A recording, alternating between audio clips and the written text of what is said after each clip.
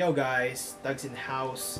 So, being inspired by the National Achievers Congress of the Philippines 2018 with Gary Vaynerchuk, I want to discuss the legal aspects of business opportunities that you can use for your road to financial freedom.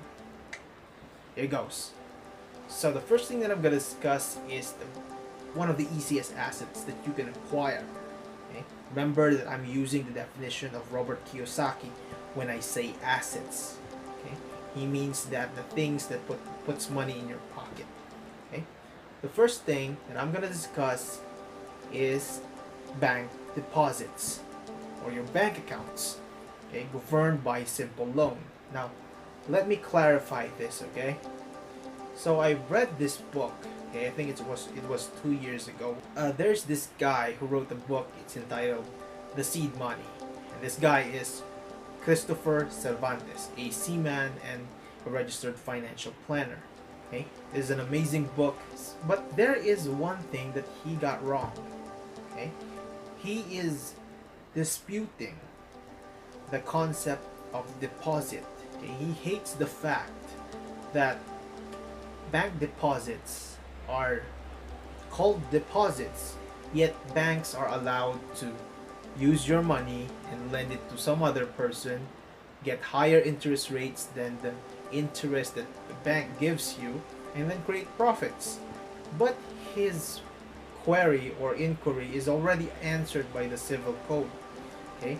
It says in the Civil Code Article 1980 states there that fixed savings and current deposits of money with banks and other financial institutions are governed by the Civil Code on mutuum or simple loan.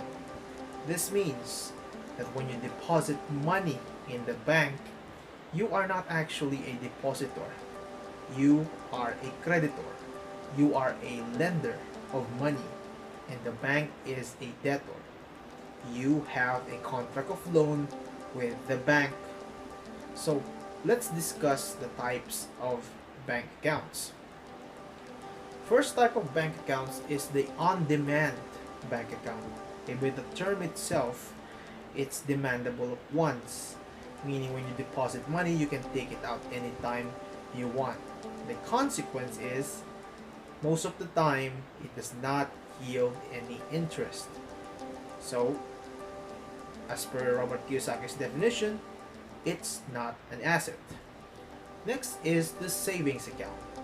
Now, savings account is kind of demandable at once also, but yields a smaller an interest that is smaller than the legal interest. However, the catch is that you have to maintain a certain amount inside your account. Okay? So is this considered an asset? Yes, because it generates interest. But it's a very weak asset because the interest is still defeated by inflation. So still, it doesn't actually put money in your pocket in a certain way. Next is the fixed term account or the time deposit. In a fixed term account or a time deposit, you put your money in a bank. Now, most of the time, it has a certain required amount, starting amount. It's most of the time it's higher than in ordinary savings account. You put your money in the bank and then you cannot touch it or withdraw from it for a certain period of time. Okay? The thing good about this time deposit is that it has higher interest rate. Okay? This means that in exchange of you not touching the money inside the time deposit, you will get a higher interest rate. Now, another type of account is the NOW account or the negotiable order of withdrawal account. Okay? Negotiable order of withdrawal account refers to various bank products that is a combination of the on-demand account and the savings account. Okay? It's also demandable at once, but it also has a high interest rate. But the catch is you have to maintain also a high maintaining balance. Okay, an example of which is the money market fund.